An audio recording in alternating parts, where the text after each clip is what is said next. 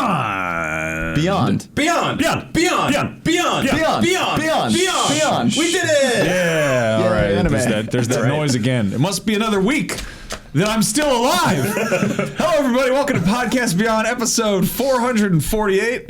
Oh, man. It's the week after E3, and here we are. We're alive. We survived somehow. We have an episode that we're going to be putting up somehow where we did it in an Airbnb, and everyone got real drunk, and Steve was there. And And Greg was there. You were there. You weren't there, but anyway, I'm Max Scoville. I was there and then left. I'm joined. Yeah, you were like, I'm so tired. I'm gonna go to bed. It was 12. I was told it would be over by 12:30. It had just started at like 12:20. And then half an hour later, we saw pictures of you at the JW Marriott. You little rat boy. Why did you say you were there and you left? That's the way everybody would describe that scenario. If you're like, I'm still there to this day. Apparently, they made fun of me. Yeah, we did. Yeah, oh, good. Well, now we're making fun of you on the show. Yeah, I wasn't even there, and I'm doing that. Anyway, I'm Max Scoville. I'm joined once again by Andrew Goldfarb until he decides to leave. Brian Altano forever, and Marty Sleva. Greats. Yeah. The slip, they call him. Marty was told. The slip Sleva? So I really like this shirt. You look Thanks, great. man. But Marty got yelled at by James rolled Faulkner up Sleva? that he's not. God damn it! What? That he's not allowed to wear that on camera because the murray will be too bad. Yeah, it gets like an very- eel. Yeah. And then I punched him. Murray? I punched James Faulkner right in the kidney. All right. Wow. Okay, it was E3. right, It's Jimmy literally last Cricket. week we played Did you guys 10,000 order games. the food? Yeah, there wasn't. All right, so hot farts. There's a lot of games to talk about. Do we want to Yeah, start there's with no news. No, there's no news. This is No. going to be sort of a recap of stuff. Some of the stuff we talked about on the post show after the conference. Some of the stuff you'll hear in the drunk episode. And some of it is stuff that we saw BCD in the latter days of the show, so that we have a little bit more insight into than we did like right after the conference. Yeah. Before we jump into games proper, Brian, you want to talk a little bit about the conference? Yeah. I mean, I think it's pretty okay to say, and I don't want to be wearing my fanboy garbage on my sleeve or whatever, but Sony won E3. Like, can I say that? Can I just come out and say that? Yeah. Like, Microsoft had a good conference. I wrote a joke about how they only showed a slim version of that. Obviously, that's not what they did for a full hour. If you believe that, you have brain damage. There's they didn't for 60 minutes. They didn't go. We only have a slim console. I'd Sony say their won offering E3. was pretty slim. Yeah. Well, I read a stat that Sony showed the most games at E3, and their conference was the shortest, which should tell you that they did a really good job of pacing and format and focus. I mean, their conference was breathless. Yes. It was literally, it started, we ran from the live show to watch it. Yep. And at some point, I'm like, man, I really need to pee. I'm going to wait until they talk about sports or numbers or something. And it just never happened. And they're like, hey, you're on air again in 5 minutes. I'm like, well, I have to pee during something. There's that app that tells you when a good time to pee during a movie. Yeah.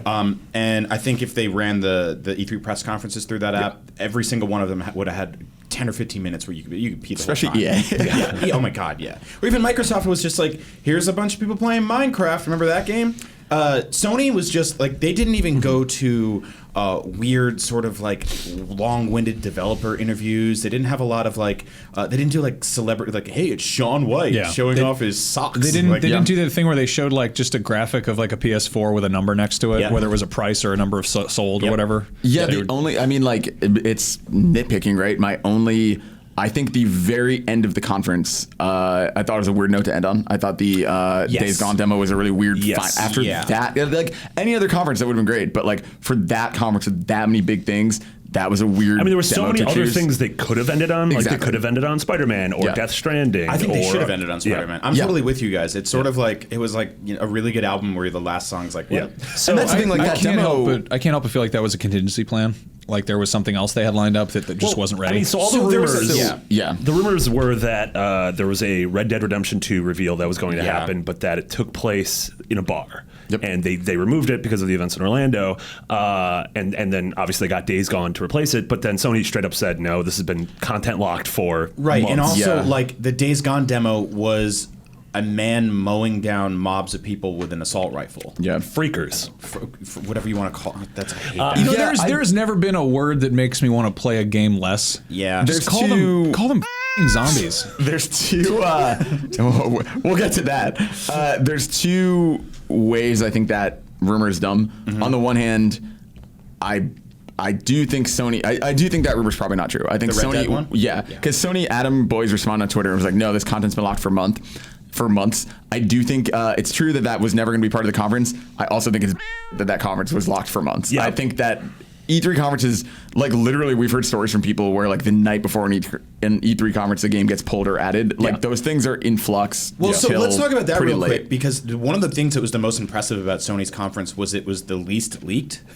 Oh yeah, I mean that whole. It was the only one. It was the hardest one for us to cover because Microsoft and Ubisoft, a run of show leaked for both. Crazy with the song pairings next to each game. And it was like action game number 3 with Guns N' Roses. You're like, what? Yeah. That's the only time.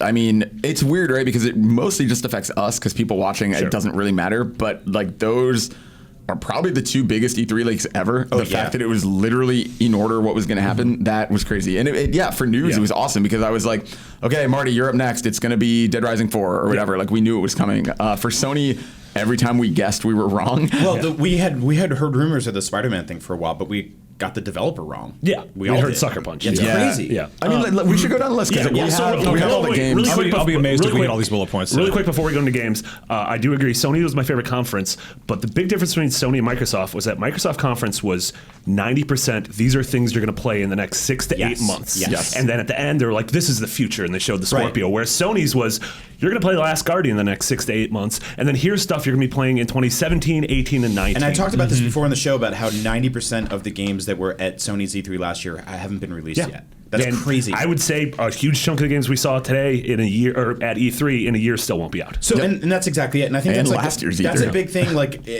that's a really good goalpost to kind of move around, because if you look at that, if you're okay with an E3 press conference just being a showcase of awesome looking, then Sony nailed it. If you're looking for a conference that is full of games that you will be playing within the calendar year, nope. Well, and that's the big thing is like an E3 press conference is a funny thing because these things started as not for consumers. These started for investors. These started for, hey, this is our upcoming product lineup. This is kind of what we've been working on. But the funny thing is like now it is a show. Like it is a competition for who is the most entertaining. And in that way, it's an incredible conference. They had an orchestra. They're selling sizzle, not steak. And that's great because E3 is all about sizzle. It's all about loud noises. They have the element of both surprise and the fact that they were the last ones up. So they're going to be like the kind of the last thing out on every. Why does why does Microsoft not just move? Like, there's no like law. I always think it's weird. Why don't they just say we're gonna do Tuesday morning? Yeah, exactly. Like I always find it funny because Nintendo's not there anymore. So but anyway, I mean, I think it does. Like realistically, the fact that these aren't games I'm going to be playing anytime soon does make me kind of like guard my expectations and hype, you know. But they lose either way, right? To me, it's a lose-lose because I think if you come out and you announce 12 release dates and then one by one the dominoes fall and those games get delayed, you get the No Man's Sky situation where everyone's freaking out. And I think honestly, like it's better to just not say a date because then you're just. When does that game come out? Like August? August, yeah. 2 months. I think like it just makes people angrier, and I think like that Last Guardian date, they would not have put a date up if they weren't going to hit it. You know, like that is like once. Like I love the strategy of once a date is out there, you are doing it because you were positive. Like I would prefer that. But also like listen to the response that Last Guardian date got. Yeah, we were screaming. We were screaming, and that was like any other release date just gets announced casually at E3. You're like, well, yeah, that's a day of the year. Yeah. But the Last Guardian, they've teased that for so long 10 without years in a the date, making. so they can actually next year start putting a date on half the games from this conference. I mean, that's what's insane. Flip out. Like if their conference next year was a date for Final Fantasy VII Remake, a date for Kingdom Hearts 3, a date for Shenmue 3, a date for Spider-Man, like if they just went through, they're just a dating sim starring characters. We tried that once on the show. I think like that is still exciting, and they know that, and they know that they can get the kind of a beat from that at PSX or TGS or whatever. All right, let's start with a man who's not going to get a date, and that his name is Kratos. Where did you get that young man from then, huh? From a stork. He already had a date. The show opened up with the orchestra and then the reveal of God of War. Which is, I mean, for just seeing Kratos on screen was enough, I think, enough excitement for most PlayStation fans. But to see how that demo angled in a completely different direction for the franchise was incredibly exciting. It was funny that the Marcus Phoenix reveal from earlier in the day is like exactly. It's literally him poking his head out from the shadows, and you see that he's a beard and that he's older. Yeah. So it wouldn't be AAA video games without white guys with scruffy old beards. I mean, it's just funny to me because GOW as the abbreviation has confused me for years. Like I know. in acronyms. That's really so funny. It's like, I didn't think about that. Yeah, so it's like those two games of all games being that summer. Dad's back and he's hiding in the darkness again. But no, the God of War Beards demo of whatever was definitely stunning. And Marty wrote a a preview that's very I wrote good. IGN's most trafficked preview of E3 2016. What was it? Was that the one that said it made us care about God of War? Yeah, I saw a lot of negative reception on that. It was super mixed. To the best preview of all time. No, it was a fantastic preview, but people's gut reaction was, "What do you mean you didn't like it before?" And it's like, well, because we didn't. Would you guys win a bet? Why are you throwing No, I just give Marty $5. I'm always asking for money for Red Bulls, but also I figure it's a good time. Congratulations on your preview. You get $5. Thank you so much. Wow. Yeah. The annual max. Yeah, I mean, we've talked about it on the show. Like That's a trust. Yeah. I'm going to write another really good preview. Yeah. We talked on the show how we've all played God of War, but we sort of had mixed feelings about it. I think it was a thing that was very much at a certain place and a certain time it worked. Old God of War worked on the PS2. It worked in the mid 2000s. Like, it worked in that era of games and era of like just American society as a whole and storytelling in the medium. Sure. But 10 years later, when we have things like The Walking Dead and we have things like The Last of Us, and people expect a little bit more, and it doesn't mean like, oh, they're making Kratos a pussy and he's not going to kill anything. I'm like, no, you can have both of them. You can have an amazing, violent, mechanically rich action game where you also actually care about the story, and it's not about a dude throwing a woman into a cauldron so that you could proceed through a door. Yeah, and I mean, I'm making fun of your preview. The preview actually is really good. Yeah. Corey Balrog, the director, had this Barlog. Thank you. God, I do that every time. I'm so sorry. I'm so sorry, Corey. No, he had this incredible quote where he said, "We already made a game about the Hulk. Now we're making a game about Bruce Banner." Mm-hmm. Yeah, and that nails it. That is such a powerful quote and such a powerful example of how you can kind of this isn't a reboot, and it isn't ignoring what happened before. Story. Yeah, and it's almost like the hyper violence and all the in his past, like. You couldn't do this game without it. You need to know how awful he was it's like and what I happened say with to him. every sort of like reboot or anything like that is it very rarely retroactively deletes the previous iterations of that story, right? Like if you like the old God of Wars, you can go back and play them. Like it sucks that you can't really do that on PS4. Yeah. But I'm hoping that gets made available in some capacity. But those games are still there, and you can still play them. I think this is not changing the character. It's actually enriching the character. Yes, like 100%. to me, it's not like removing traits from him that you love or you enjoy. It's giving you more backstory, and it's giving you more personality, and it's giving you more history and lineage and behind it. consequence. And consequence. He's learning from what he did, which is something you never, like in a video game, like we joke about Uncharted all the time, right? Yeah. Where it's like Nathan Drake, awesome character. I really love him. I care about him. I care about his story. But he's walking around killing all these people, and it's something that's never really addressed. And like the idea of years later, like because Kratos is immortal, this could be sent 500 years later. We don't know. Right. Like it's so exciting to see somebody being like, okay, like there are 7 games in this franchise. Yeah. Like, what would those do to a person, and what would he be like when he did decide to settle down? They Like, very love clearly that. have a deep connection and passion to the source material here. Like when I interviewed Corey on our live show, and both on and off camera, I was sort of just like, "Were you worried about the reception for this?" Because like generally the gut reaction to things changing at all in almost any facet of entertainment media now is venomous vitriol, just horrible. Like If that is something, dear listeners, that you find yourself doing.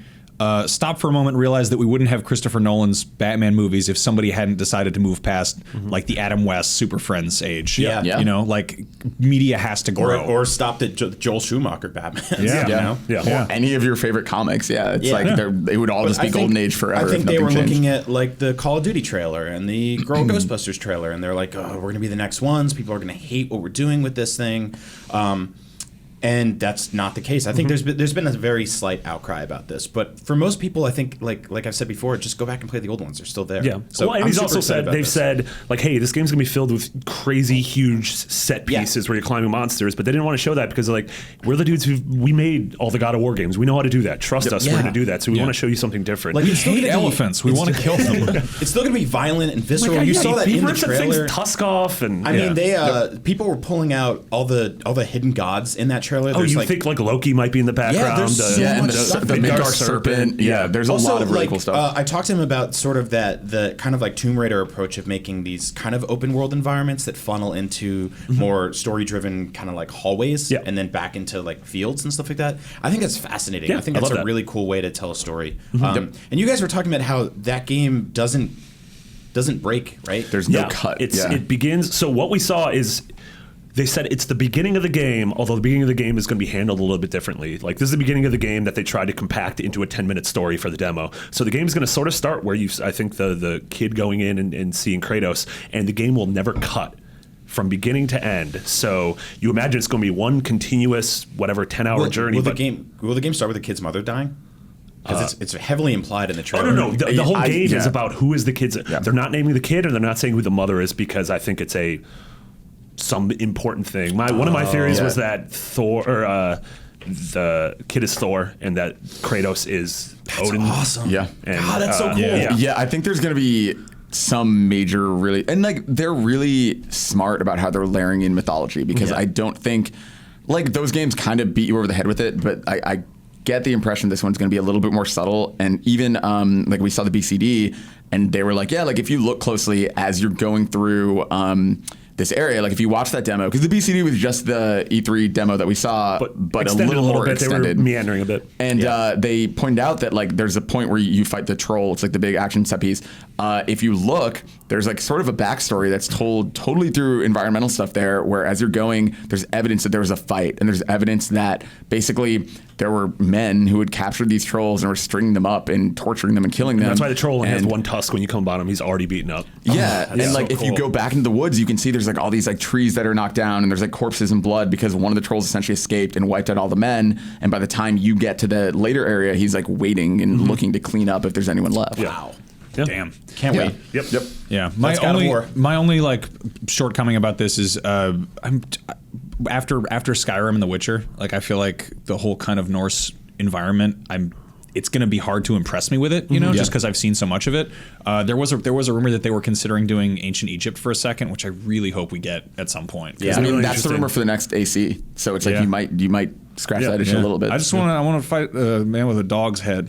Yeah. Anubis. Oh, you can fight Anubis in Spelunky, available on PSN. Shut up. What's wrong with you? All right. Horizon Zero Dawn. It comes out February 28th. Yep. We got to see a big old demo of this. This is officially at that point where I don't want to pay any more attention to it until I get my hands on it. I'm in. And so it's pretty close. It's 8 months? Mm-hmm. We did get to see a bunch of new environments, which look really cool. Yeah. They're still sort of like German Alpy, foresty, rundown city type of thing. Full of Radio Shack dinosaurs. I mean, they showed the map. It's huge. There's gonna be snow areas. There's gonna be barren desert areas. There's gonna be sort of more civilized areas. Yep.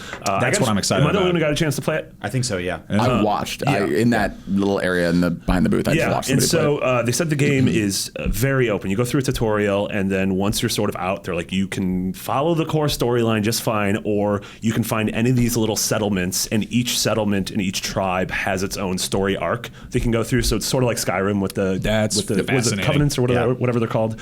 And then there's also small stories that exist in the world, but the crafting and resource gathering and loot drops are huge in the game. So the bigger the thing you kill, the better the loot you get. But one of the really interesting things is in the options menu, there is a create a quest or create a job. And what that means is if you need if ore is in the game, you're like, God, I don't want to kill a bunch of things waiting for something to drop, or you can have the game create a quest for you where the reward is a ton of ore. Wow. And then the game will create it like a quest for you. You'll go out, and when you complete that, you're like, well, you got what you need. I love that. And that's one of those things. So awesome. That's one of those things like the Nemesis system where I'm like, I want this in every game going forward. See, because I platinumed Far Cry Primal, and by the end of that game, there was a lot of you need to get 3 tusks from this one rare, and I hunted it for hours and hours and hours, and I'm like, I don't even want this thing. I'm just doing it to do it. This kind of system would make it so much better. Yeah. That's just so smart. I mean, it's such a good idea. It's easiest kind of just quality of life improvement to have it. So it's as opposed to it being something you're checking on your menu repeatedly. You're like, oh, it just says I've done 2 out of 3 things here. Or I need to go this direction. Yeah, and the game feels really good when you play it. It feels like was it like you Mordor. who was saying it feels sort of complex in its systems? Yeah, it's much deeper than I thought it would be. There's you have the Batman detective vision where you have a sheen over the world and it shows you. Of course it is. It's a video game in 2016. Yeah, even Persona has that. But it gives you a lot of info on what's going on in the world and what enemies are weak to, what type of ammo, whether it's fire or explosive or acidic, or shooting them directly in the Angus. Yes, watching gameplay, I think. We did a BCD at last year's E3, and they were telling us that it's more of an RPG than you think. Watching it in action, I was like, yep, it is because there have been gameplay demos during conferences and stuff, but yeah, watching people factor in weaknesses and watching people like worry about stats and stuff, I'm like, oh, like this isn't like, it's hard for me not to think of it as The Last of Us or some like third person Tomb Raider or whatever. Like it is an RPG, and just because it doesn't have turn-based battles or whatever, like I think that will be. It's so weird because like if Mass Effect is coming early next year and obviously Persona and all that stuff, like that is going to be a crazy time for RPGs. That like first Q1 of next year, or like third person action driven non-traditional. I mean, RPGs. if Zelda launches with NX, which I don't think it will, but if this really looks like a culmination of every video game. It looks simultaneously. Yeah. I mean, I'm kind of torn about it because it's almost like. I like it. It looks grounded. Like it looks like they built a world. The systems look fantastic. It looks fun to explore. Everything you're saying about it sounds great. You just hate redheaded women. Yeah, I cannot stand them. It's just I think they're awful. I think they're the devil. I've worked with them in the past. Yeah. It is strange to see them out in the sun so long without exploding. Yeah, but no, like we're just kidding. We're making fun. You're just kidding. I'm sorry, Tara. But no, like. It's kind of like when you go to like a fusion restaurant and they're like, yeah, it's the jalapeno sushi inspired tacos with panko crusting, and you're like, there's too much there. Yeah. So you're saying this is kind of like a jack of all trades, master of none? Well, hearing that there's other environments is extremely reassuring. But like, I mean, Shadow of Mordor, for instance, like I'm getting some, there's some mechanical similarities there, and just the fact that it is kind of this, like the fact that you can hop on mounts and run around, and there's sort of like stealth elements, and that was great, except when you realize that there's like two areas that are sort of the same. So I kind of want to go on Blackout with this and just let myself be surprised once it comes out. And just like the idea that there are cities and that there are like deserts and snow areas, that makes me really excited. Yeah. I feel like we know 10% of this game. Like I have a feeling that's a big percentage to know about a game. I mean... Yeah, I mean, I'm not saying 10%. Like, I feel like we know 0.1% of story, but I just mean like we know 10% of even mechanics and systems and stuff. Yeah, like I feel like we know there will be so much mechanically to that game. You brought up the mount thing, and I thought it was really cool. The way you mount something is that you sort of approach, it's like a robot yak thing. You shoot a bunch of harpoons at it so that it's sort of like stuck to the ground, and then you go up to its ass and you hack its ass. Yeah. And you like hack its ass and you make it nice. I'm going to keep saying hack its ass. Yeah, you really you shoot a bunch of ropes and then you hack its ass and you mount it. Yeah. Yeah, you kick it right in the tunt. Yeah. What the? Death Stranding. All right, Death Stranding. Oh my God, it's not a game at all. It is not a game right now. It's a really weird trailer. Kojima's one of the only people in the world that can be like, hey, look at this weird art house film I made with my friend from The Walking Dead. We're going to watch it together now instead of putting it in the MoMA like a bunch of weird dudes. Oh, I'm so excited for whatever the hell this is. Yeah, I want to go back in that dude's mind. It's always, like, this is more, Metal Gear Solid 5 was a fantastic game. And when I think back on it, I think about the systems and how they worked in Synchronicity and how fun it was and how gorgeous it was. But I also think about how weird it was and how there was a horse on fire and you could put dead bodies in trains on balloons. Yeah. And that's the kind of stuff I want to, like, that's Kojima. Everyone makes action games, but only Kojima makes Kojima games. The stuff in the cutscenes, in like the Phantom Pain was supposed to be its own game. And he was pretending it was, and he always knew it had to be part of Metal Gear. But like the dude has been wanting to quit Metal Gear since Sons of Liberty. Yeah. He ends on a cliffhanger. He's like, all right, my next game is going to be sort of like a crazy Rambo James Bond game. And they're like, no, but it's a Metal Gear game, right? And he's like, okay, fine. And then you look at Metal Gear Solid 4, and that's like a he's far like, distant my next thing. game's gonna be vignettes about the arms trade. And they're like, well, you got to make a Metal Gear. All right, what can I do? My next game's about a man who wakes up in a hospital and there's horses on fire. He's like, yeah, but it's a Metal. He's like, what can I do? And they're like, okay, I'm making a weird horror game. Okay, but it's Silent Hill. And he's like, damn it, I just want to make my own thing. So Death Stranding is his excuse to do that. I'm really excited to go into this knowing nothing and probably coming out knowing even less because it's a Kojima game. 2019 at the earliest. Absolutely. He hasn't picked an engine. No. Yeah. It legitimately would not surprise me if this wasn't a PS4 game. I respect that he is being as candid as he is with that, though. Like, they're not like, it'll look in-engine footage. Like, no, they're very much, this is like a concept, a tone trailer, and basically, now, like he even said in interviews at E3, they're going to start production soon. So, like, I think that makes a lot of sense. Can you do me a huge personal favor? Can you describe the tone? I'm really interested in hearing this. It's mysterious. Yeah, I mean that's a good point too, right? Yeah. Like I wonder in 2035 when this game's finally out, if we go back to this trailer, if it will even remotely resemble anything in that game. I screen capped the homepage of IGN during the PS4 the Sony press conference. I said PS4 because they didn't talk about Vita the entire time. But got that prediction right. There was a like we always get we got told once we couldn't say like ass. And there was just this huge picture of Norman Reedus' butt in the middle of IGN. That was Eric Sapp, who's on our design team, was capturing screenshots to do like the little thumbnails you see on IGN. And like he would like grab a bunch, and one of them was just a cropped 1280 by 720 of Norman Reedus' bare that I wanted to use so badly.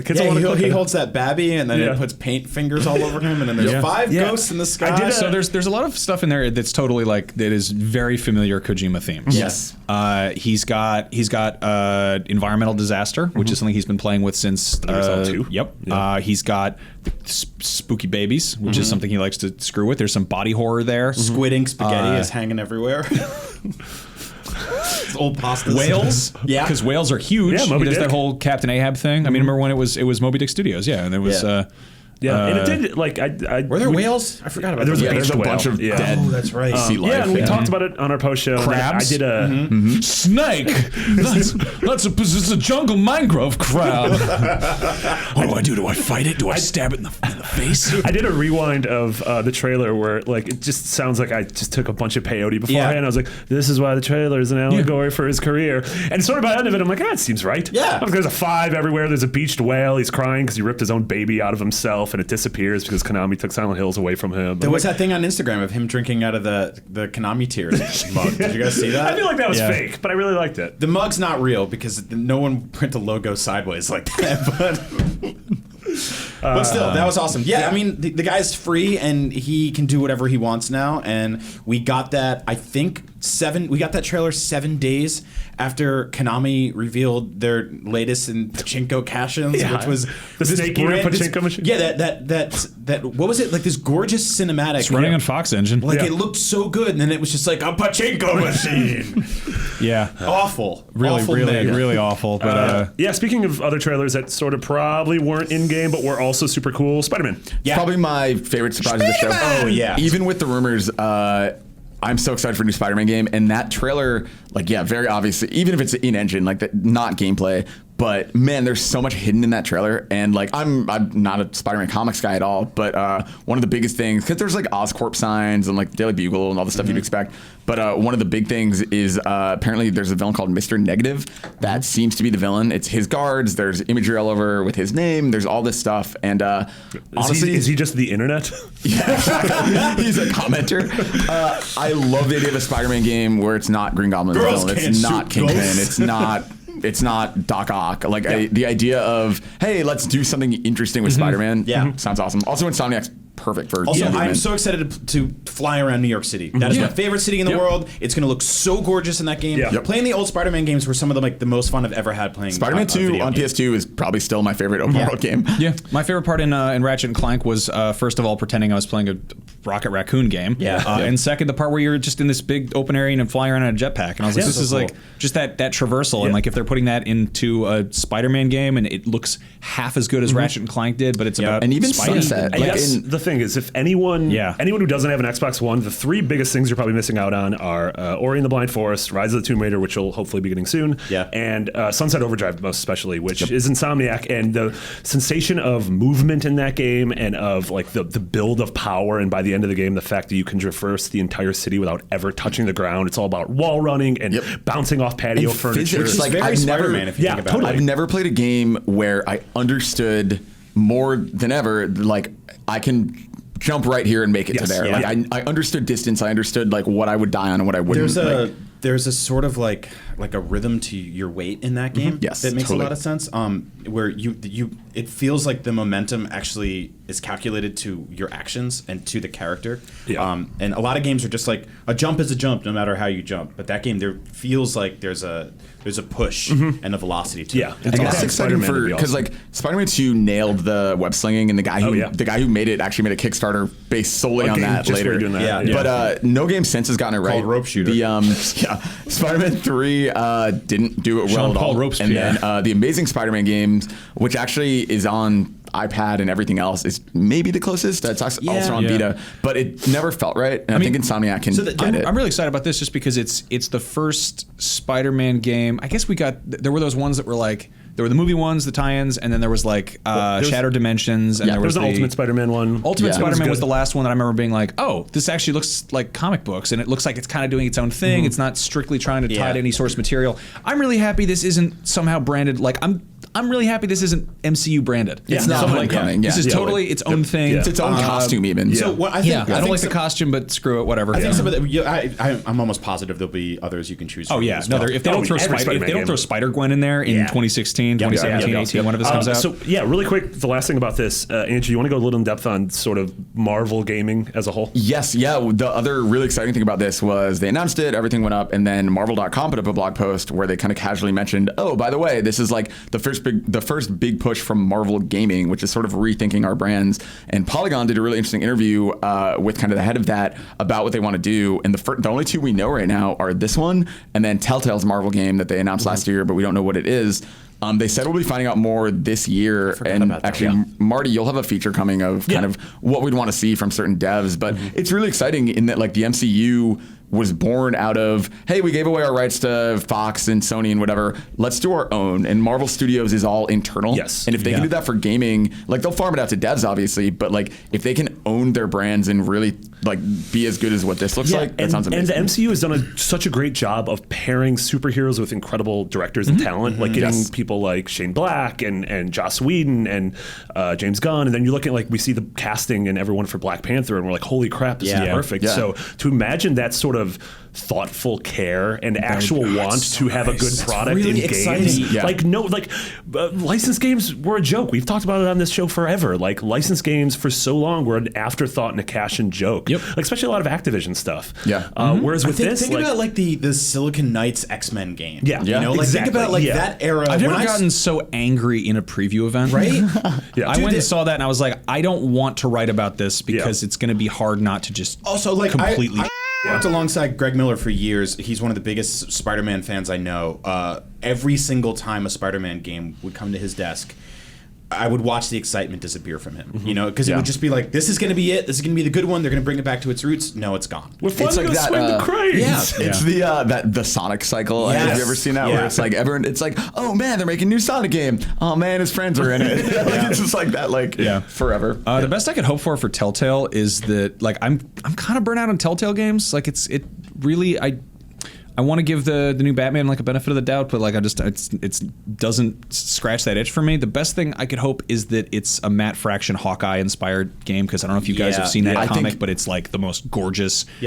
Like it plays with like the visual medium. Like there's entire pages where it's all like the dog's perspective and like weird stuff like that. It's all like silhouette. I think Telltale's Batman's gonna be really fascinating. I think it's gonna be great because they're focusing more on the detective Bruce Wayne aspect of it. Yeah, I mean we can transition into that, and the repercussions of that character and what he does treading into Batman's world. So basically, like he lets a character free in a cutscene, and that character comes back to fight Batman later on. And there's also like politics at play. Like there's a lot of really interesting stuff they're doing. They're basically treating Batman and Bruce Wayne as separate characters in it. And during the demo, they were saying that like later on, like let's say episode 3, whatever, like halfway through, there will be like whatever it is, whichever villains they're focusing on. It's like, oh no, like Killer Croc is loose in the city. Do you want to fix it as Bruce Wayne or as Batman? And depending on how you approach that situation, it will fundamentally change episode 4 and 5. Like it'll totally transform it. I did an interview with Job from Telltale and Laura from Telltale at our stage, and they were talking about how your decisions have impact, and I jokingly said like, oh, so it's kind of like Gotham will remember that, and they were like, yeah, actually that's exactly what's happening here. And I'm like, that's such an interesting, different take than, you know, I don't know, the 7th Rocksteady game where you're just in the car or you're flying around, you're collecting trophies. Like those games are fun. I get it. No, we need this. But this is important. Like I think it's cool to have this story. And look, like we're getting Batman VR. Like we're going to keep getting Rocksteady Batman games probably forever. Or some studio will be making them. No, but I think it's really cool. He's the world's greatest detective. An adventure game is totally suitable for that. And the voice cast they've got so far is really great. I mean, it's Troy Baker as Bruce Wayne, it's Laura Bailey as Selena Kyle. Travis Willingham as Two-Face or Harvey Dent. Yeah. The dude who does Sully is Carmine Falcone. Yeah, which was really good. But some people are a little worried about Troy. Troy was awesome as Bruce Wayne because he was just playing Troy, and he sounds, the way you would want him to. His Batman voice is a little weird. I think there's still time to change that, but it just maybe they'll modulate it or something. It'll sound fine. I don't know why he went with a Welsh accent. I thought that was really strange. No, but I mean, in all seriousness, it sounded like him making fun of somebody. Like it's like just someone doing a really deep, low register Batman voice that just sounds a little off. It's weird because that's what we all thought when we first started hearing Christian Bale's voice. And we got okay with it after. But a while. No, this isn't like that's what I'm saying. This isn't that. This isn't like that was BVS, a weird choice. Right? Yeah. It is basically him just talking like this and very like it sounds like how that was when I just did that. Like it sounds very much like Troy Baker. That's seriously what it sounds like. People during the demo, like the whole demo, I thought was great. But when Troy started speaking, like people were snickering, like people were laughing at it, and I hope they put an effect on it or just something because it just sounds weird. I mean, when I saw the Tales from the Borderlands demo the first time, it was literally a different voice actor for Sam Witwer. Sam Witwer was Reese, and Troy Baker ended up playing him. So there's still time from now to then to. Side note: Troy Baker has now played Bruce Wayne, Batman, Joker, and Two-Face, and Lego Batman. And Lego Batman. Yeah, that's crazy. Yeah. Yep. The big question will be if Joker's in this, who will be his voice? Yeah. It'll just be him too. Do you want to just talk about Batman VR? Yeah, let's pivot into Batman VR. Did you guys all get to see it, or I did not. I got to play it. Okay. Anyone else? I didn't know. Oh, it was great. It was on PSVR. You get in, you put it on. It uses Move controllers. And the first thing is it's a menu screen. You can choose the Batcave or you could choose a crime scene. But you're on a rooftop, and when you step forward and look over the roof, it's like that sensation of like, oh God, I'm so high up. Like it was perfect. It was also the best looking PSVR thing I've ever played. Just in terms of visual fidelity. We've talked before about how on paper, Oculus and Vive are objectively more powerful than the PSVR. But I look at this, I'm like, oh, in the hands of someone like Rocksteady, who make some of the most incredible looking games, like there's no fear that a PSVR is going to be too underpowered. And Shuhei Yoshida did confirm that every game at E3 was running on existing PS4 hardware. Yes, there was no Neo, no PC or anything. In the two demos, one of them was you're at your piano and Alfred comes over and you can pick up a couple things. You can pick up a phone and you get chewed out via voicemail by Vicky Vale for standing her up the night before. You can open drawers and look at pictures. And then you eventually, play the piano? You hit the keys, and no matter what you hit the specific keys, and then you go down the elevator. But you slowly you become Batman. Like there's a mask that's in front of you. You take it and you put it on your face. There's a utility belt that you strap on your waist. So literally by doing this, you get batarangs that you can just start throwing at whatever you want. You get a grappling hook that you can aim anywhere, fire, and pull things towards you. And then you get down to the Batcave and you see the giant weird penny. I don't know why that dude had a penny. And then you see the dinosaur. I don't know why that dude had a dinosaur. It's a Batcave thing, right? I know it's a Batcave thing. I just they're like trophies from old fights. What weird dinosaur penny man did he fight?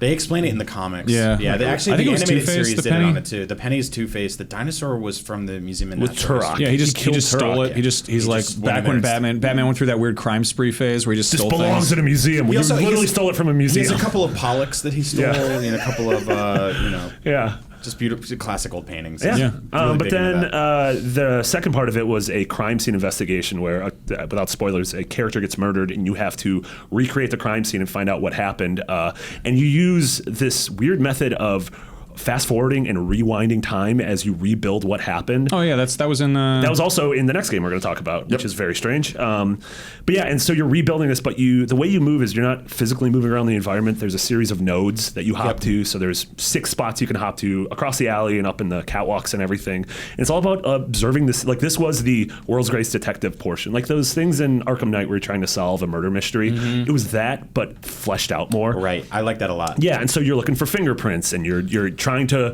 find the moment where this character's neck broke so that you can find out what happened and how this character actually died. So there's probably kummis everywhere. There's probably ropes everywhere that you look and you... Did you say kummis? Yeah, kummis. Like hummus but made with... Okay. Is this a PSVR launch game?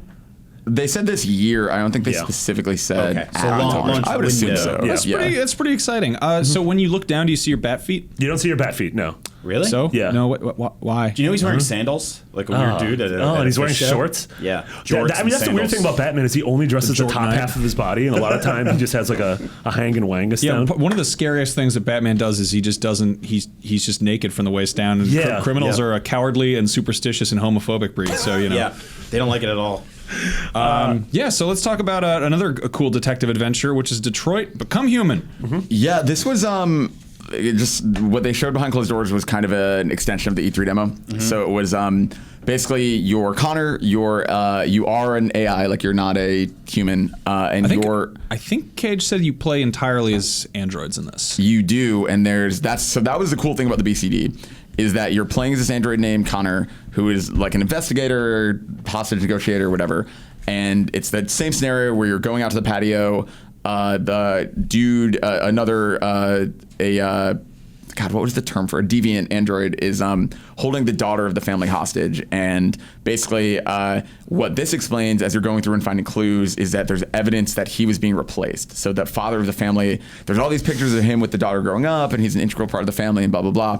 The father purchased a new model of android to replace him and he saw it and that's snapped. Very like Black Mirror. Yeah, totally. I like that a lot. And so what was cool about it was you're going through and there's like a few different rooms or you can choose to talk to or not to talk to the cops. You can collect data by so the first playthrough they did behind closed doors was they walk straight out to the balcony and you sacrifice yourself and you save the girl. And then he was like, well, let's try and do it differently. So the second time it was more about finding the clues to you discover that he was going to buy a new one, and then the whole time there's this live, constantly fluctuating probability rating that you can pull up of what are the odds that you're going to get out of this successfully. And every time you find a clue, like something you can sympathize with him, or you find out his name, or little things where when you go out, they earn you points with him. Oh man, and you see the meter ticking up. And the way it worked was you would come into a room, and so. In the dad's bedroom, there's a closet and clothes are on the floor and there's a suitcase thrown on the ground. And you go to the suitcase and Connor, every android will have an ability. Connor's was reconstruction. And you basically look around the room and you figure out, okay, this suitcase is here. It's actually not a suitcase, it's a gun case. And you look around and see where clothes are strewn and you reconstruct the situation where then in wireframe, you can rewind using the touchpad and it shows very clearly that the android came into the room, opened the closet in a rush and knocked something down, pulled down this case and it knocked a bunch of clothes in the ground, and you're just seeing where stuff was strewn. And as you're playing through that, you can slowly find other clues. So one of my favorite ones was you find the spot where he murdered the father because he shoots him point blank, but the body rocked backwards and the father dropped his iPad. And if you walk in the room, you won't see the iPad, but if you reconstruct the crime scene and then you're rewinding, if you get it on the perfect frame, you see a clue. And when you get that clue, it's the iPad which slid across the room, and you open it, and it's open to the purchase confirmation of the new android. I love that. So it's cool because you're getting more info. Are you moving around? Is it third person? Does it feel like moving around in heavy rain? Heavy rain, yeah. And the coolest thing about that BCD they confirmed was you can die, and there's no game over state. There aren't fail states. You can die, and then you just never play as that character again, and you move on to someone else. Right, which means that we're all going to have we're going to drive a different path through this game. Yeah, I'm really excited about this. I feel it's kind of early to say, but I feel like this could be David Cage finally biting off the right amount to chew. Well, so I said this on our post show, but one of the biggest problems I've had with his games is that the sort of the animation and the acting is usually very wooden. It's the uncanny valley. It's the uncanny valley, but making them androids kind of fixes that. Yeah. Also, this was so I don't know. I personally thought it was so well done. I thought the acting in that demo was really pitch perfect all the way across the board. Even the hardened police chief who doesn't want to work with you. It's you get the impression that these people have a history with androids. They don't want to deal with you. They. In some way, their life has been affected, and they resent that an android is cleaning up their mess. Yeah, I feel like Cage and Quantic Dream, it's always been a studio. I've super respected the studio, but I've always felt like their reach extended their grasp. Yes, totally. Yeah. And I finally feels like this might be the one. And I also love the idea. The fact that it takes place in Detroit, and that Detroit, which is America's heart of industry, which led this country for the better part of a century in keeping it afloat, and the idea that that technology meant so much to the city, and now the city is turning on its technology in the future is very interesting to me. And that's why I loved it in the trailer. They're not ignoring that. You're going, I loved the trailer was driving through suburban Detroit, and you see like boarded up homes, and you see like it's really smart of them. I hope the game involves that. Yeah, all 8 of the miles. I really hope. Like we've seen 2 of the characters so far. We've seen the detective, and then we've seen Kara. Yeah. Who was in the Carl? The original demo. That Yeah, showed up, the right? tech GDC demo. tech demo. Yeah, and so I'm hoping this thing just has like a dozen really interesting characters that sort of weave in and out. I mean, it sounds like it will, which I think that's like one of the things that Heavy Rain was so awesome at. Like it had very few side characters. Now, like not all of them were as compelling as the other ones were, but the way they all kind of came together and interacted, and then like I said before, like the way we all played that game differently. I mean, one of my favorite memories of being at IGN was coming in when that game came out and just talking to people and being like, oh, you let that, like there's that one fight you have in the market where if you let that thug guy get away, like he torments you later in the game. It becomes a problem. But if you beat his ass right there on the spot, like that's the end of that dude's story. And if this game does a lot of stuff like that, I'm totally in. It's the same thing with Until Dawn. Like when Alana first started working here, both of us were like obsessed with Until Dawn, and like hearing her playthrough and my playthrough, I'm like, oh no, all of those people died in mine. I love really that. cool. And they call it, I think they call it bending, if I remember right, is like the Quantic Dream thing. That's like their term for it. And he said in there that like this is, I mean, they were pretty open about the fact like this is more Heavy Rain than Beyond. Like they were leaning more into that original idea. Beyond. No, I'm excited about this. I love just exploring environments and finding those like I hate audio logs. I think they're really lazy. Yeah. I'm not crazy about text files, but finding like an object that tells you something is always kind of interesting. And so like this, I totally agree. And this demo is one of the coolest uses I've ever seen of that. Where like the first time you played it, he just walks through the house. But if you go like carefully and meticulously, like, and you can't go too meticulously because the longer you take, the more that probability timer is ticking down. But he finds like a picture frame, and you can look at it, inspect it, and put it back down and keep walking. Or it's the future, it's a video. And if you play the video, it's literally this girl when she's like 5 being like, I love you, Daniel, and like hugging the android. And then you know his name is Daniel. You know he has a relationship with the daughter. And it's just, it rewards you for taking a second. Yeah. Before we move on, just one of those sort of off topic, one of the best uses of like environmental and object storytelling to me is in Gone Home when you go into your father's like writing room and you see a letter from his publisher, and it's like, hey, we're signed your book. We're gonna get 20,000 copies out there. We're so excited. And then you go a little bit further, and there's just empty bottles of booze everywhere. And then you go a little bit further, and there's a ton of unopened boxes of the book because it did not sell. And it never tells you any of that. But I'm like, oh my god, that is so good. It is so, and like, even the safe in that game, like if you go and find like the safe that has evidence of like him being molested and all these like things that like get super real. Yeah, really good. God, that game, man. Speaking of molestings and drug addicts. Real quick PSA, that game's free on PlayStation Plus this month. And if you haven't played it, it takes 2 hours. Just do it. Just jump in there. Don't read anything about it. Don't hear anything. Just go do it. Yeah, in spite of the fact we just kind of spoiled the big chunk of it. So, there you go. Last Guardian comes out Classic October Beyond. 25th. Did somebody play it? I did. You played it? Yeah. Oh, what? Yeah, well, that's you what played happens. The Last Guardian. That's How's what that happens feel? when you don't play Zelda. I didn't play Zelda. I was the only person here that didn't play Zelda in the world. Well, you didn't play Zelda. I didn't play anything. It was sucked. Oh, I'm sorry. I played like 2 things. But yeah, it was like the opening 45 minutes or so of the game. It opens with narration. Like the main boy is an old man telling the story of what happened with him. You see these cave paintings of all these different creatures, and it stops for a second on Trico, and then sort of fades into the boy trying to, you don't know why he's there, but Trico is tied up and he's got all his arrows everywhere. And it's about freeing the bird dog. One of the things that stuck out to me was Bird Dog's always been super cute. In this demo, that thing's terrifying. Like his power and his strength. Like the first time he makes a noise, it knocks you back. Like when you get this mirror shield and you point towards what you want him to destroy, his eyes glow this terrifying color, and he shoots lightning at it and just blows up walls. Well, he reminds me of like when you see somebody walking like just a really ugly dog, and you're like, I like dogs. That's a hideous dog. They're still cute because that's you're more a dog. bird than dog. Yeah. It's like that scary thing where like I had a friend when I lived in New York who had a pit bull, and it was probably the sweetest dog I've ever met. And it was just very cute. Would always like cuddle with you, and was very happy to see everybody.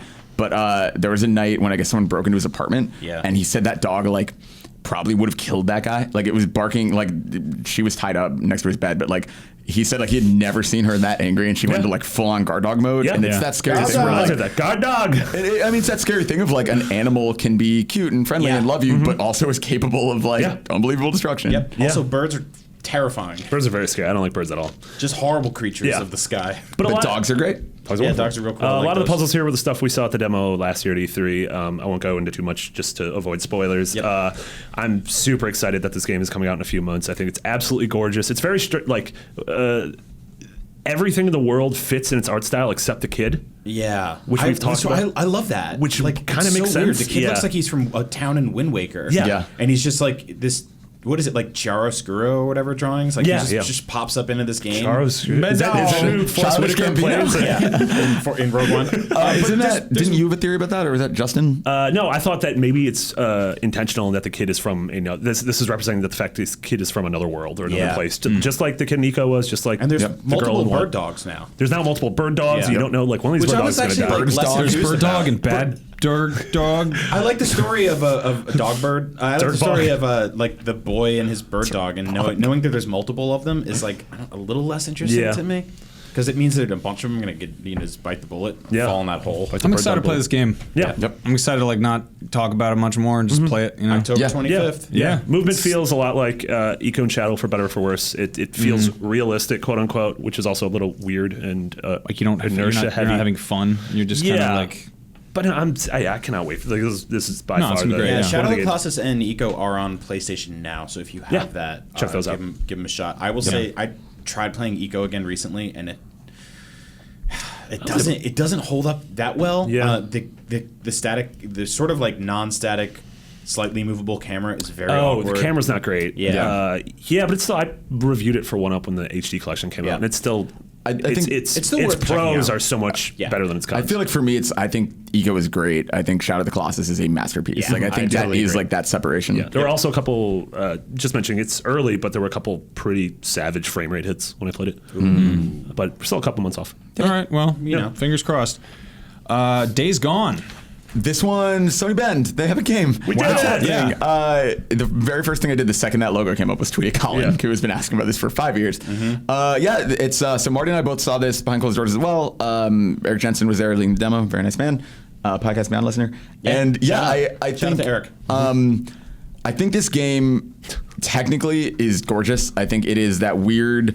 Like, it's such a trite thing to say about a video game, but I'm like, oh my God, there's so many things on screen at once and performance doesn't suffer. Oh, yeah. And in that way, it's ridiculous. Like, there were like legitimately probably 500 zombies or freakers running at me on screen or running at Deacon rather.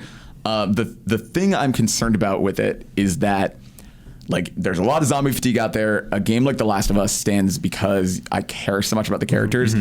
Man, do I not care about Deacon yet. And there's time for that. We don't know the story. We don't know a lot. But I think it's missing that heart right now. Yeah, you mentioned zombie fatigue. It was the fourth zombie game that we saw, and it was the E3 hadn't even started because we had Telltale's Walking Dead Season 3, we had Dead Rising 4, and we had State of Decay 2. Yep, and that's the thing. Like, but I think it's cool to note how different each one of those games are. Yeah. I mean, this game is at least going with the World War Z approach of zombies. It's somewhat grounded in reality. Yeah, but again, like Pikmin, basically. Yeah. And like, so I wrote a preview about this that, yes, Marty, it wasn't as good as your God of War one, but I wrote a preview about this, about the interesting thing being that you need the environment, that you are never going to wipe out these zombies. There's it's not like The Last of Us where you're like, okay, there's 8. I'm going to plot out my strategy for how to take out all 8. Interesting. This is like, you are never going to win. Even if you had infinite ammo, there's no world where you're going to wipe these guys out. So what you have to do is go low or stay high or put obstacles in your way. Like, you are just buying yourself every second that you can to get away from them. I think you do have infinite ammo because at least in the demo, it just seemed like you never ran out. Yeah, they said that demo was like, to teach you concepts, they kind of dialed everything to 11. So like you were more powerful than you will be in the real game. I feel like I'm slightly more optimistic about this game than the rest of you guys are. I'm pretty excited. Dude, my thing is like I'm kind of neutral right now. I just want to know more. I think the thing is they were so smart about how they shut off the tech, and the demo was really just a good exploration of like, you're probably screwed, but here's how you can buy yourself time.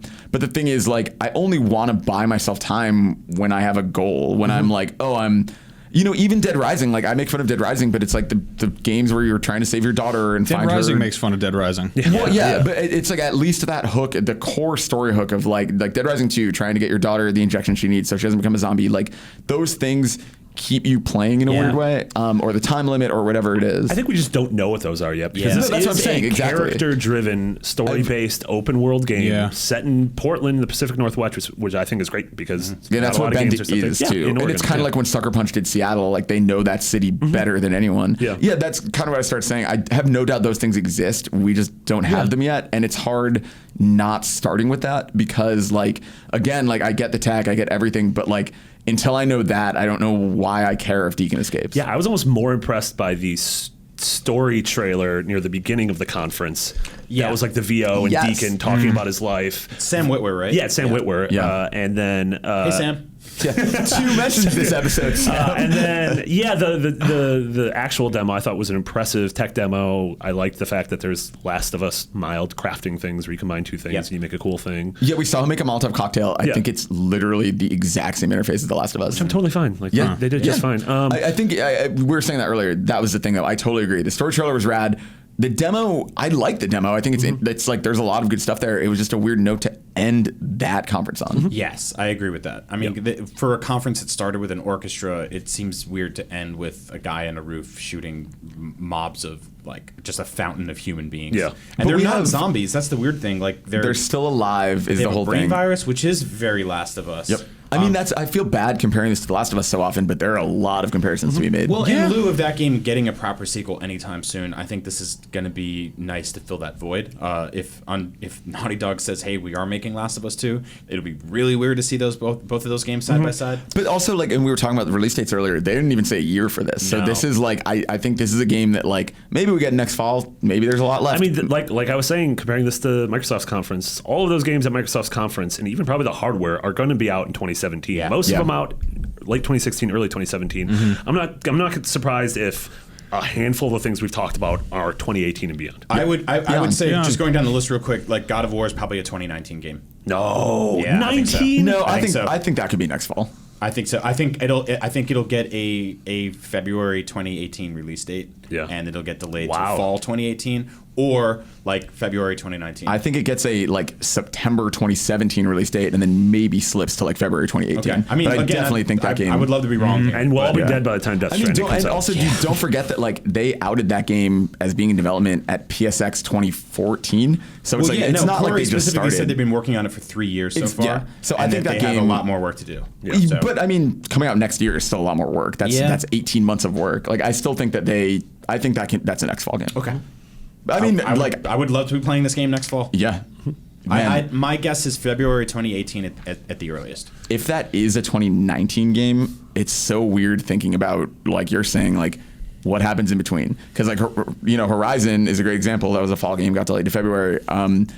We know that's coming. We have No Man's Sky coming in August. I mean, this is not like this is a problem. Sony doesn't have the Nintendo problem. Like they have third parties, so it doesn't matter. Like we'll be playing Watch Dogs 3 and Assassin's Creed Egypt and all this other.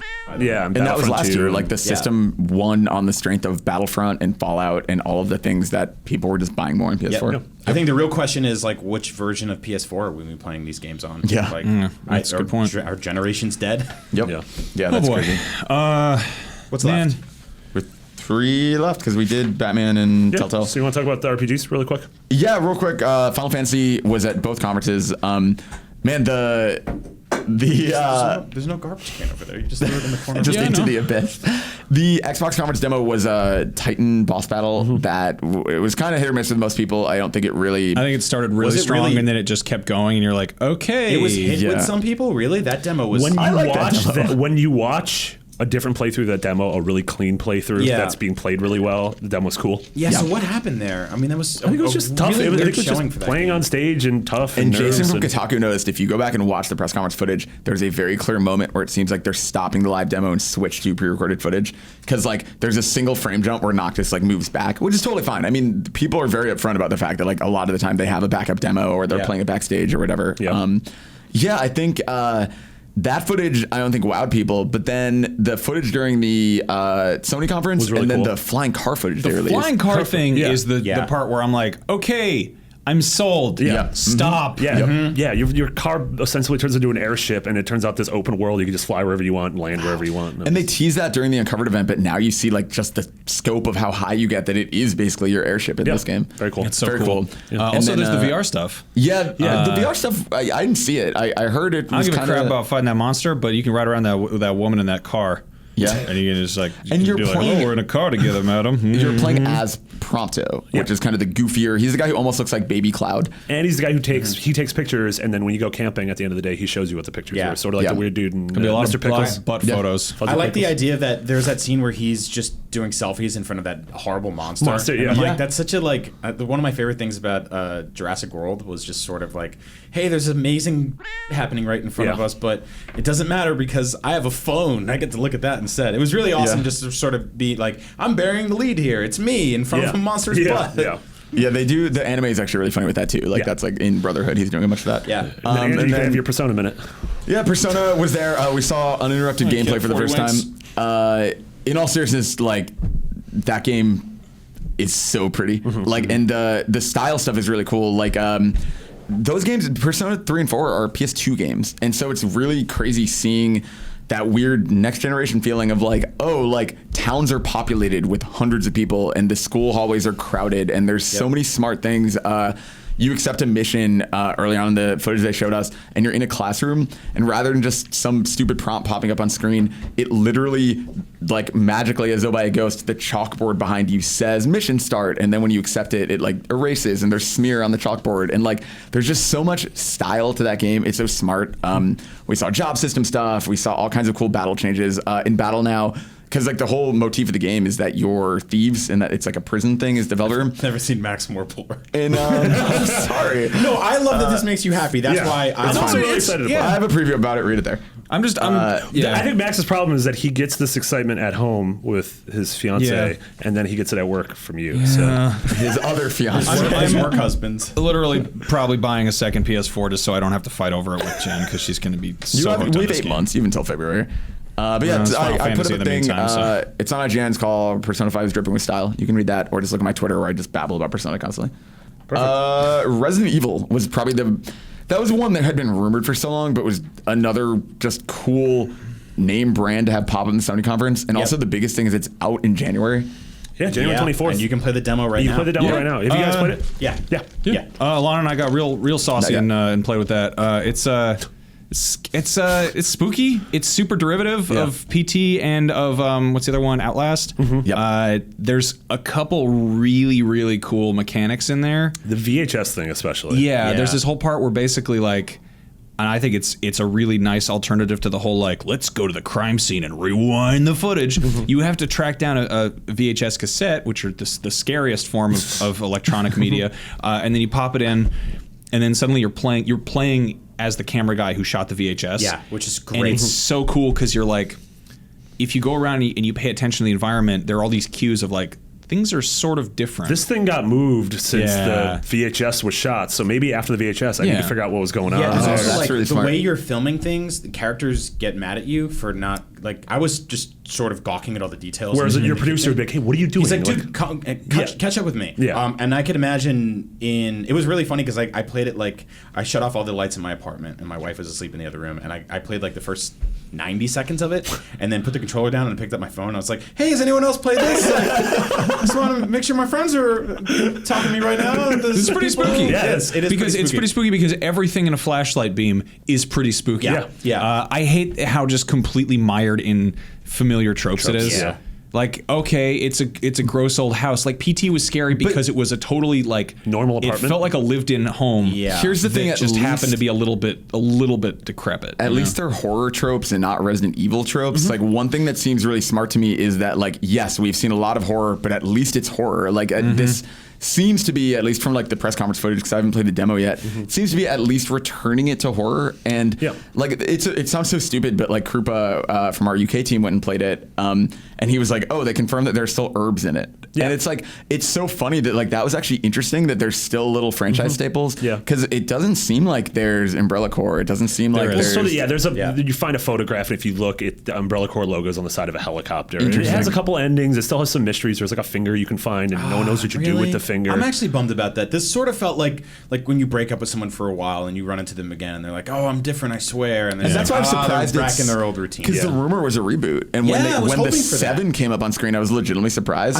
That's because it made the logo cool, but it's also called 7:Biohazard. Yeah. Which is, Yeah. and in Japan it's called Biohazard 7: Resident which is Evil. really cool. Side note: there are multiple endings to this demo, and there are like weird secrets that people are still uncovering. And Capcom saying that there's a bunch of stuff no one's found yet. Yeah. There's an axe in the demo that no one knows how to use for anything. I fell into this weird web on the subreddit for this game the other day, and I was just like, man, the people are super into this, and this is really fascinating. It's not like PT levels of crazy yet.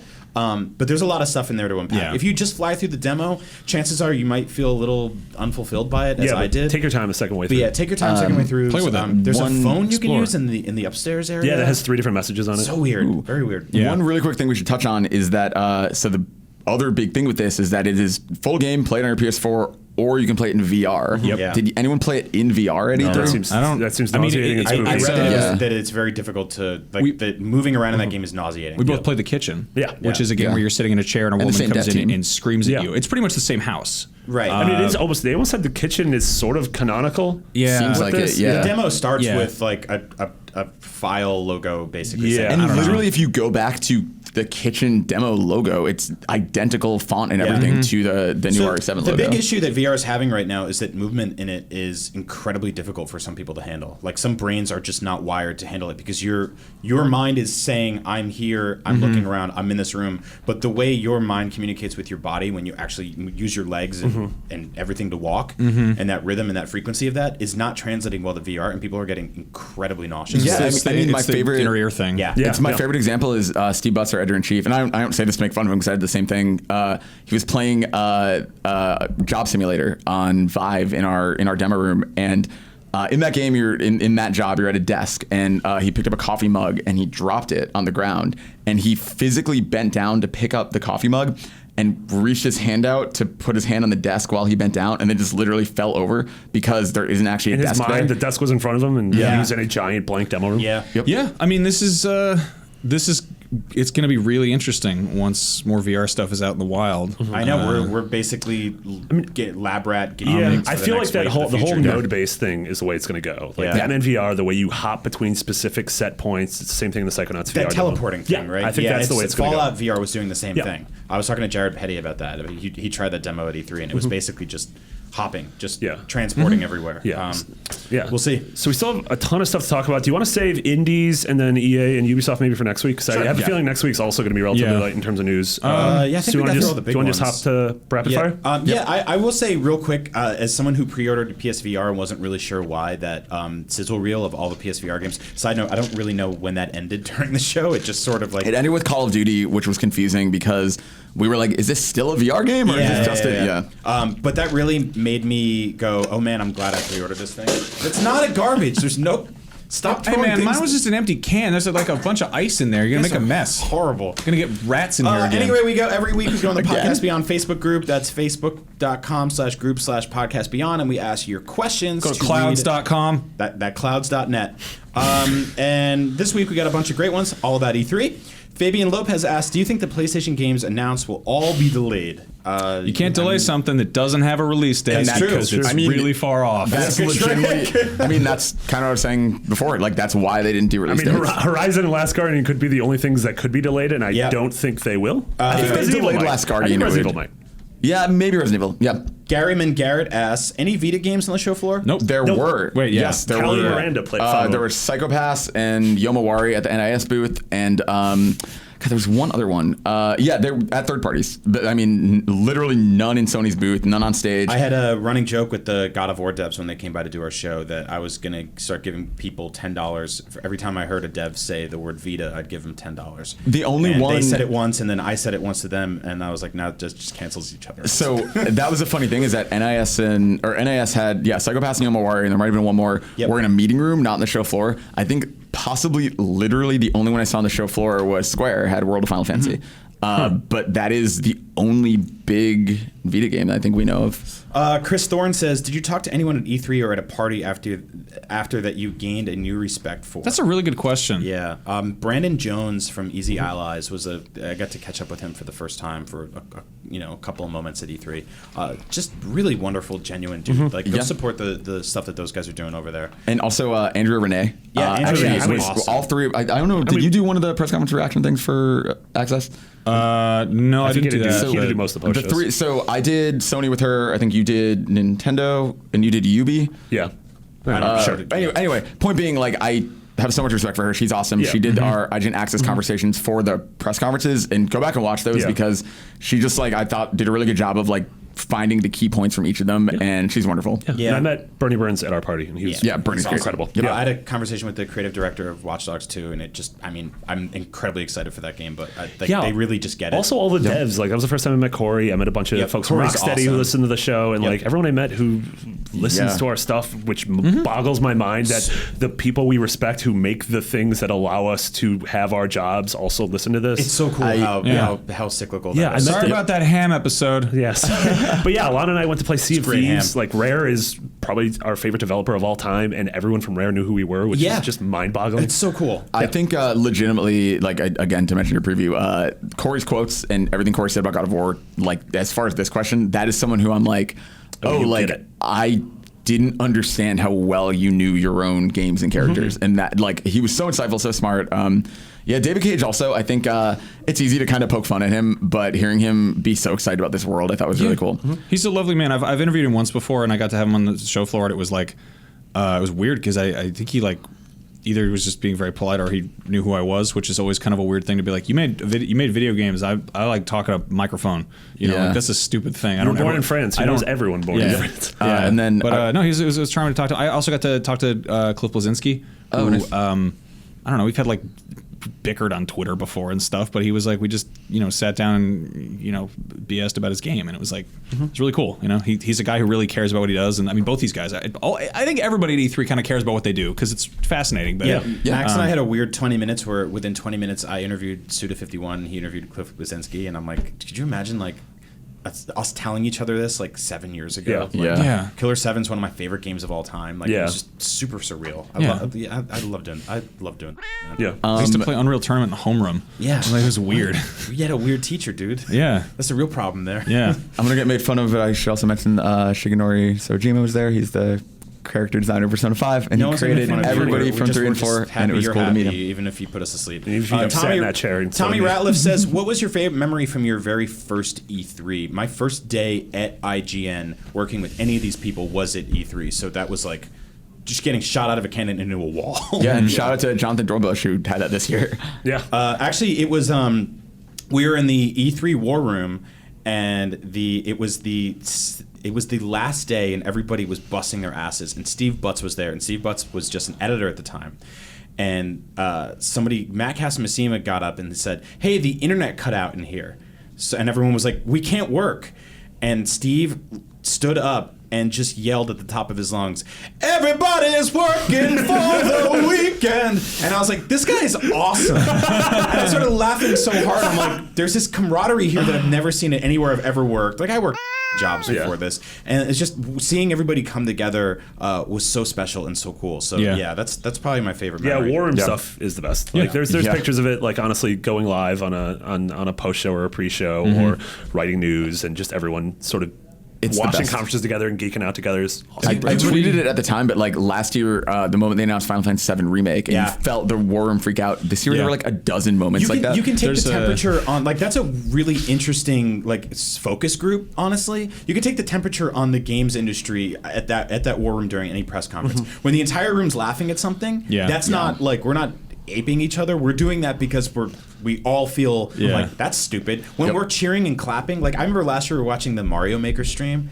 just watching them play through these like expert levels. You guys were going nuts. So that was cool. awesome. I mean, when Star Wars VR got announced, like they're sitting right next to you. There's a video on Alana's Twitter of me and Brian, and I didn't realize we were being filmed, and we were just like losing our minds. I was like clapping so hard that my fingers went numb, and I was like, my face is tingling, and I was just like there was like hopping up and down. 40 times through the conferences where like some pair of us were like, we got kind of like, what is going on right now? In Battlefield 1, they were like, we're proud to announce that you can even use shovels, and I'm like, yeah! And I was like, what's wrong with you? And then they kill a horse, and Brian goes, no! I loved the moment you pan around his face and it was revealed that it was Norman Reedus in the Death Stranding demo. The war room went nuts, which I love. The Spider-Man trailer, all the Zelda footage. Yes. Yep. Yeah, I cried.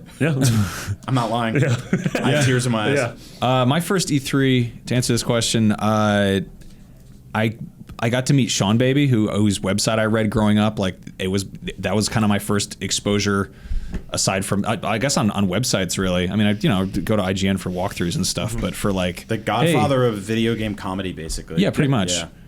So it was super weird, and I just what about Nestor?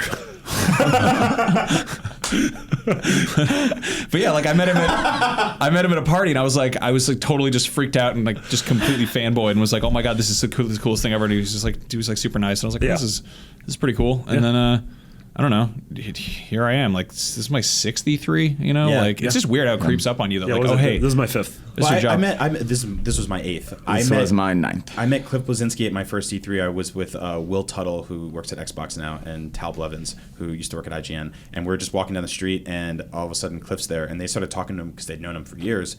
And I'm just standing there, and I'm like, hi, I'm Brian. They're like, this is Brian. He's our new hire. It's his first E3. And I'm like, hey, how's it going? Nice to meet you. And we walked away, and I was like, oh my god, that was so cool. And they're like, oh, we didn't realize this is all new for you. Like, we're all so numb to this. And like, there's something so special about that. I hope that I don't think that'll ever go away. Really. And I love being able to. It seems like every year we have 1 or 2 new people, and being able to like be that to them now. Oh, it's great. Like, talking to Chastity after was awesome because this was her first E3, and she was just like totally like neck deep in it, basically. Also, hey, even if you don't use Snapchat, get Snapchat and check out IGN stuff on there because Chastity and her team, they bust their ass and they do some incredible stuff. Also, just one of the things that's just really good on IGN and just works and is different and basically a little cutting edge. It's like a little page a day calendar but with videos. It feels very much like a bunch of us would always pop up in there. Very weird, funny videos on that. So go check that out. Yeah, we have every time one of us pitches a feature that's too weird to actually go up on the site, we're like, let's do it for Snapchat because in 24 hours we can't get in trouble. I wanted to do one last one at the end about IGN's Game of the Show, which was Zelda. Goji Gonzalez says, do you feel like the new Zelda looks a lot like Shadow of the Colossus reskinned with a Nintendo look? A lot of people were just sort of generally asking our thoughts on Zelda, which, I mean, obviously if you grew up playing video games, that's a franchise you've interacted with in some way. It's my favorite video game franchise of all time. How do you guys feel about Zelda? I know it's not a PS4 game, sorry. It looks like Metal Gear Solid 5 did in terms of being like, here's this genre-defining classic series that's been around for 30 years or whatever, and they're finally like taking cues from other games. Because I think that it's one of those things where it's to be like, to be derivative after being a trendsetter is kind of frowned upon, and it's like it's always kind of like, oh, we're gonna do our own thing, but like maybe poke your head up now and then and look at what other people are doing. So this looks like, this looks a little bit like Shadow of the Colossus. I was thinking more kind of like more Dark Souls, more Skyrim, Uncharted. Uncharted. Yeah, I mean it's got like all these. It looks Minecraft. Looks like a massive departure for the series, and it's for the first time since '98. Yeah, it feels like they're making making a game outside of the vacuum. Well, also the game it's closest to is the NES Zelda. Like honestly, 100%. What it really feels like is a super modern reboot of that because that's the only Zelda where you can just go in any direction. And a lot of things that Max mentioned are pulled from some of the things that the original Zelda had. Well, that's the cool thing. It's that when Tomb Raider Reboot came out in 2013, and everyone was like, "Oh, it's ripping off Uncharted," and it's like, "Well, but Uncharted is ripping off Tomb Raider." Dude, I did an interview with the devs behind Lego Worlds at E3, and people were in the comments and they were like, "This is a Minecraft ripoff," and I'm like, "Are you kidding me?" Minecraft ripped off Legos. Like, that's where it started. Like, let's trace this back. But I was talking to Ryan Scott yesterday. He used to work here. He's a friend of the show on Comedy Button, and about how the original Legend of Zelda is basically a game that you can walk into the dungeon or the third dungeon, straight up in the beginning of the game. Like, if you can go to the second screen and buy the candle that lets you burn a bush, and then walk into the 7th dungeon and just start fighting dudes. Yeah. Well, and that's what? I mean, in this new Zelda, like when Jose and I saw it, they literally just turned a corner and we met this giant rock monster who just destroyed us in one blow, and they were like, "Not ready for that one yet." And that was like 1 minute into the game. So one of my favorite things in Bloodborne is like running around that first area that looks a lot like Resident Evil 4, and there's down that one side street. You're like, "Who the hell's that dude?" Oh, the big dude with the it's just a big ass dude, and you go down there and he destroys you, and then like you come back 5 hours later and you're like, "Yo, what's up now?" I'm ready for it. I love that. I love that. No, that's so cool. It's doing, I think, for we've never really seen an open world Metroidvania, like in that sense, where it's just like, okay, there's an environment puzzle here, but you can't get through it yet because you don't have a hook shot. I mean, but who knows where that hook shot is? Like the Tomb Raider reboot kind of did that. Kind of, yeah. But it was still those weird sort of structure, and that never felt like an open world. Open world. I mean, that was really good. Yeah. I know we didn't give you your props in the last episode, but that was good. Yeah. So anyway, thanks guys. Hey, thanks for listening. That was good. You guys also have a Drunk Beyond that's going up soon. Yeah, that's going to be weird. I don't know what we said. I think we said that. I think I said that Norman Reedus looks like a racist. So apologies to we Norman recorded Reedus. just on audio, and then a bunch of people got sick after E3, so that's why it's delayed. So this will probably be up after. Also, I apologize because this will probably be up first, and then that will be up, which took place in the past. But it was different people's opinions, like Alana and Zach and Greg Miller and Miranda and Kelly. A lot of people on there. Just more Beyond. More Beyond. Yeah, just with alcohol. Yeah. Also in the Beyond group, I put up a thread of every interview I did at E3. I'm really proud of those. We did a lot of really cool. So if you haven't gone back and looked at the IGN YouTube channel, chances are you're going to get a bunch of new and interesting and different takes on games. Stuff like God of War, we saw behind closed doors, the same demo being replayed, and there's just like because there's a guy playing it, different things happen. And giving us context. We should all do that. Go into the thread and just drop in 5 things each of us did or something. Totally. Because I saw your thing. Because like I have stuff I could share. And you know where you can check that out? It's facebook.com/group/podcastbeyond. That's right. And then all of these videos will be up on YouTube at youtube.com/IGNBeyond, which we are active in the comments there. Hey, Marty. Yeah. Please call out an app. Oh. Make sure Such you as download iOS, PS4, Xbox, and etc. Yeah. During this recording. Yeah, during this recording. No, the apps are actually good. I have the PS4 app. That's where I'll go home and I'll fall asleep. I'll bring a girl home and then I'll make her fall asleep to an episode of Beyond. That's the worst. I've never done that before. That's very weird. Yeah. Remember, your word of the week is cummus. Stop the most horrible thing Marty's ever said on the show. Yeah, right. In the same week, I said tunt. And pangus. All right. Well, thanks great. for listening. Where can we find everyone on Twitter? This was really fun. Thanks, guys. I'm Max Scoville on Twitter. Goldfarb is Garfep. Yep. Brian is Agent Bizzle. Marty is McBiggity with 2 G's and 2 T's. That's right. And, 3 cummuses. Yeah, if you have trouble finding those, then I don't know what to tell you, man. The internet. And Alana's in Australia for a few weeks, right? So we'll get her back on the show. But she'll have a bunch of dog pictures, so it's worth it. Yeah, send a nice very picture of excited a for dog dog to Alana. Yep. Do not send anyone ever pictures of spiders, because that's just sucks. I hate spiders. All right, that's it. The show's over. Let's go home. Beyond! Beyond!